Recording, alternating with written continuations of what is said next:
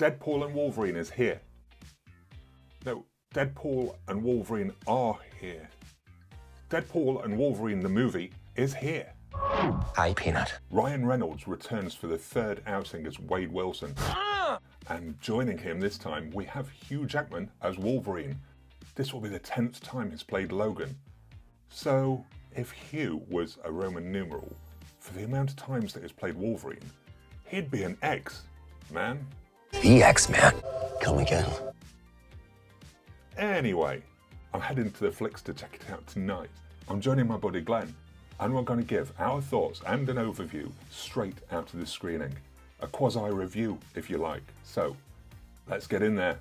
Oh, and if you're interested, the movie synopsis is Wolverine is recovering from his injuries when he crosses paths with the loudmouth Deadpool.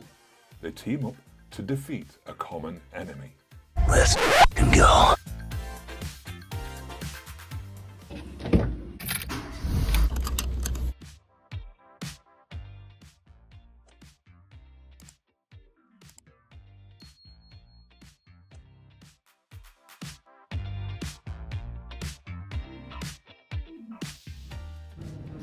It's gone.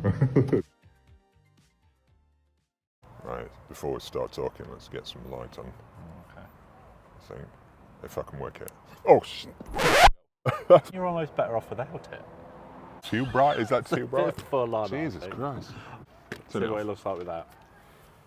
I've just come out to the cinema, saw Deadpool and Wolverine. I really enjoyed it. I enjoyed it more than I thought I was going to. I was concerned that it was just going to be built around a lot of cameos and not much else going on and what have you, but from the opening credits, I just started smiling, and that was it. I don't think I stopped smiling all the way through. Yeah. It was just thoroughly entertaining. They always talk about breaking the fourth wall, but I think it broke the fifth and the sixth, and it just... They push too far sometimes with the breaking of the fourth wall. Yeah? Yeah, there's, for me, a few too many references to... Disney and things like that. No, not the Disney stuff, but when it comes to sort of Ryan Reynolds' personal life and his wife's name and stuff like that, it's like, all right, you're pushing it a little bit, perhaps went a bit too far. There's a comment about Hugh in there as well. I'm actually surprised Hugh was comfortable with what it's said, but it's funny and it's clearly...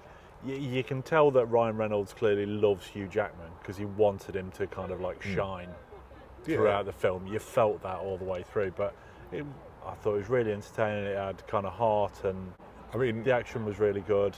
Try not to go into spoilers yet. We'll chat about it, and then if you want to go into spoilers, we'll carry on recording. The set pieces and some of the action, it's had me smiling from ear to ear, and they've absolutely smashed it. Some of the sequences I thought were fantastic. Some of the best I've seen comic book styles, but there are other sequences that just didn't work for me.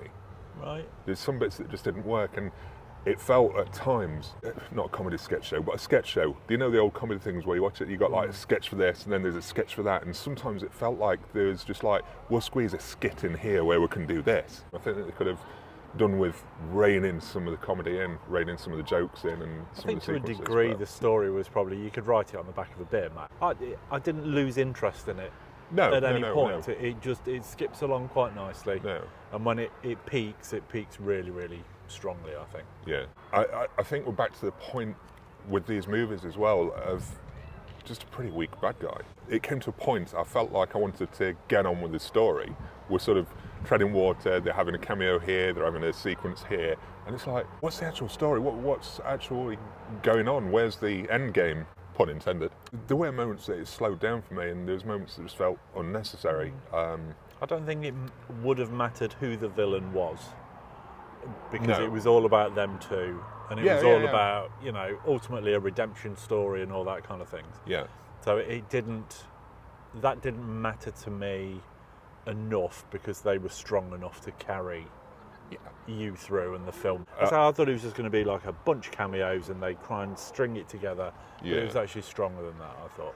Yeah, I say it's just that story through just was a bit weak, and a couple of the casting things and the callbacks to I'm not up on season 2 Loki. One or two of the characters from season 1 are Loki. I didn't particularly enjoy them in the first season, and then to see them popping up in Deadpool and Wolverine, I was like, oh, come on. See, I didn't watch Loki at all, but I didn't feel the need to have had to have watched Loki or anything like that. I Yeah, think they were yeah. quite careful with that to kind of explain themselves and why they were there and why that was happening and things like that. Yeah. And I enjoyed it. I It's thought really well directed. Yeah, That yeah. opening sequence was really good. Oh, the opening credits alone were just... As soon as they kicked in, I knew I was going to enjoy it. One of the If it things, stayed at that level. if you look at the music choices, if you look at it, you think, oh God, why have they picked that song? But each song, as cheesy as it was, and as terrible as you might think the songs were, I think they all worked really, Yeah, really did. well. They did. And I know they used the Madonna track a couple of times, and both times it was perfectly adequate and worked really well. I was it was. toe tapping away. It was a good soundtrack, full stop, I think. Yeah, I think so. Slight spoilers. Did you notice the slight music riff calling back from Hugh Jackman starring in Greatest Showman? Yes. On Very the radio, slight. The car. He was like- Yeah, that was I was going to say yeah. blink and you miss it, but Yeah, cover your ears and cover you your miss ears it. and you miss it. I feel like everybody around us kind of laughed at the bits they were supposed to laugh about, and Yeah, especially I the guy in front. He, like I say, when it hit high, it hit really high. yeah, But for me, it didn't lull. It skipped along nicely. I'd got my reservations going in yeah, that it was just going to be purely about them and purely about cameos, and would that be enough? yeah, But actually, the cameos were peppered in there.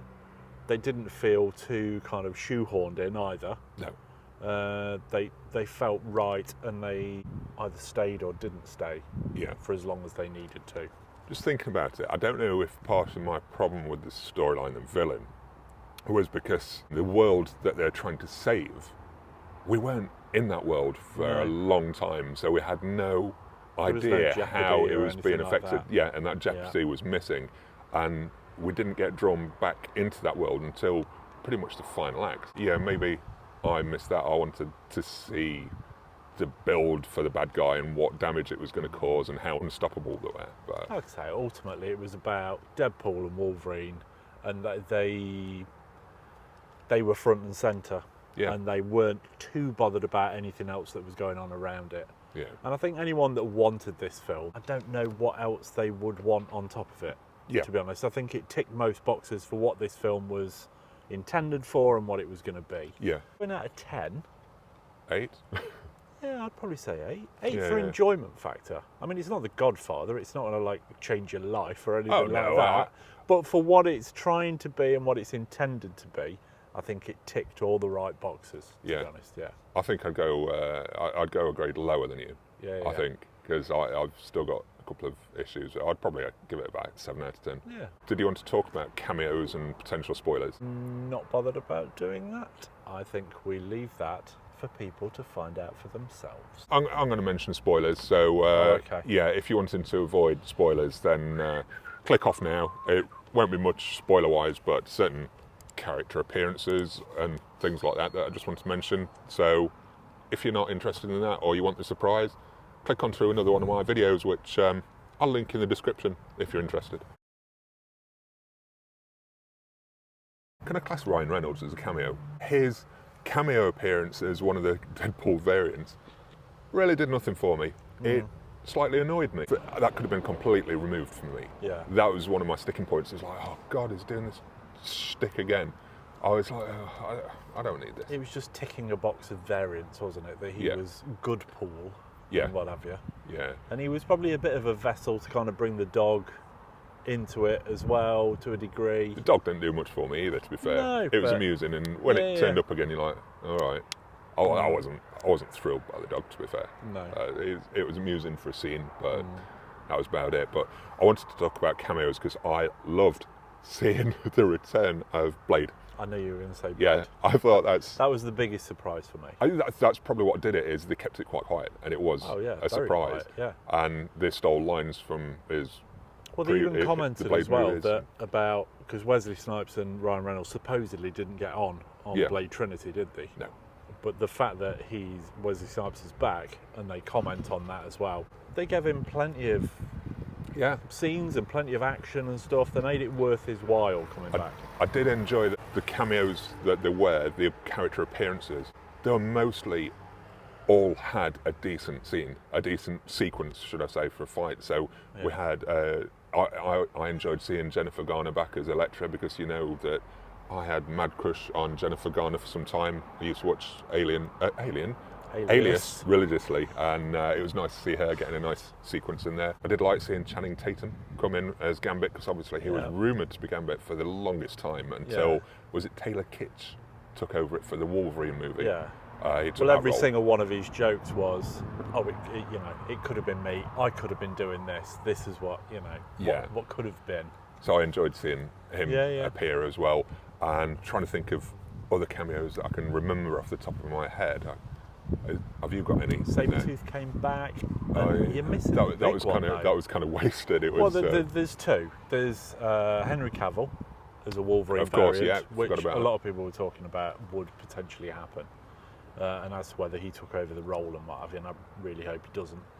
But obviously Chris Evans. Yeah, Chris Evans is the big one. That was a nice one, because I forgot about I did read rumours of who he was playing in Deadpool, right? But for some reason it completely escaped my memory at all. So it was a nice surprise. I was thinking Cap to some extent, because trailers can ruin expectations sometimes, and when I saw I think I saw a Deadpool trailer where it was revealed that Cassandra had the rings with the stones in it, and that was in my mind. And when I saw Chris Evans jump down from the thing and appear, I thought, this is Cap. This is perhaps one of his stories when he was trying to return the Infinity Stones, and that's how she's got blah blah blah. Yeah. Obviously, it didn't, and it turned out to be Johnny Storm, which was amusing. I found that quite humorous. Yeah. Hugh Jackman did seem to do a lot of cameos as well, in the respect of he was numerous different Wolverines as well, wasn't he? Throughout it. Because people wanted this film, and I don't know what else it could have done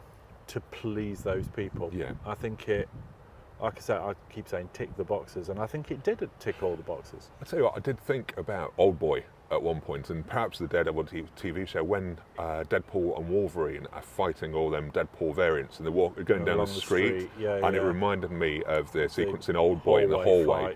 I know it's not hallway, but it just reminded me of that, just going through all the other folks, slicing and dicing, and really enjoyed that.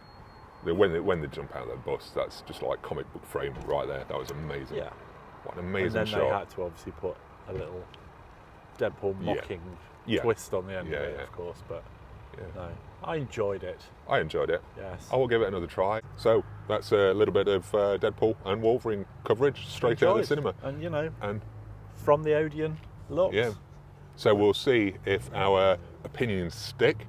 Obviously, over time and having a night to sleep on it, opinions can change, but at the moment, good solid score with a 8 out of 10 from Glenn and about a 7 from me. Enjoyable, left with a smile on her face, and now I want to go to bed. What more can you want? Good night.